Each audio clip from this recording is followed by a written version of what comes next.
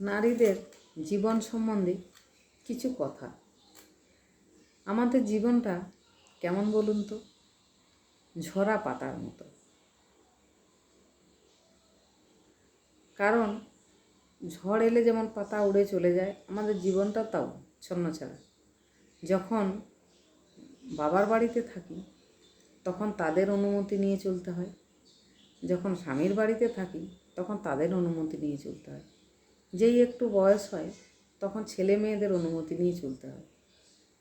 আমরা নিজেদের জন্য কখনো ভাবিনি, কারণ সব জিনিসটা আগে সবার পাতে তুলে দিই। মাছ বলুন, মাংস বলুন, সব কিছুই তাদের পাতে তুলে দিই, তারা আগে খাক। আমি বলি কি, সবাইকার জন্য অনেক বাঁচা হয়েছে, অবশ্যই তাদেরকে দেবে, কিন্তু নিজের জন্যও বাঁচো, নিজের জন্য কিছু তুলে রাখো। আজ আছি, কাল নেই, কাল কে দেখেছে? কাল কেউ দেখেনি। তাই কে কবে থাকবে আর কবে যাবে, জীবনের শখ আশা আহ্লাদ যা কিছু আছে সবাই মিটিয়ে নাও। আমরা নারীরা শ্বশুরবাড়ি এসে আমরা সব কিছু মেনে নিই মুখ বুঝে। অনেক বাড়ি আছে সবার খাওয়া দাওয়া না হলে খায় না বউয়েরা, কিন্তু আমাদের অনেক বাড়ি আছে আবার সবাই একসাথে খেতে বসে।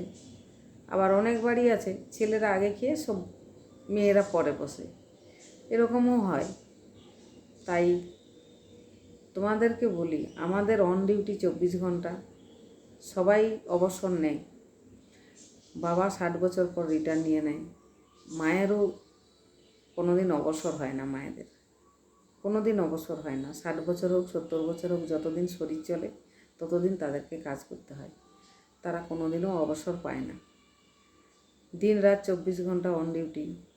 কার শরীর খারাপ হোক, কারো জ্বর হোক, কি কারো কে বয়স্ক হোক, সবাইকে দেখভাল করতে হয়, সব কিছুই করতে হয়। এটাই আমাদের জীবনের সঙ্গে পুরো ওতপ্রোতভাবে যুক্ত হয়ে গেছে।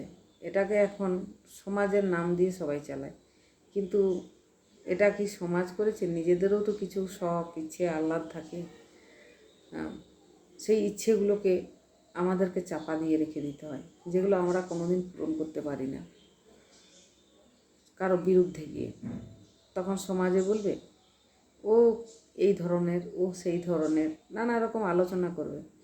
কিন্তু যখন কোনো বিপদ আসে, ঝড় আসে, ঝাপটা আসে, তখন কি সমাজ আমাদেরকে দেখে?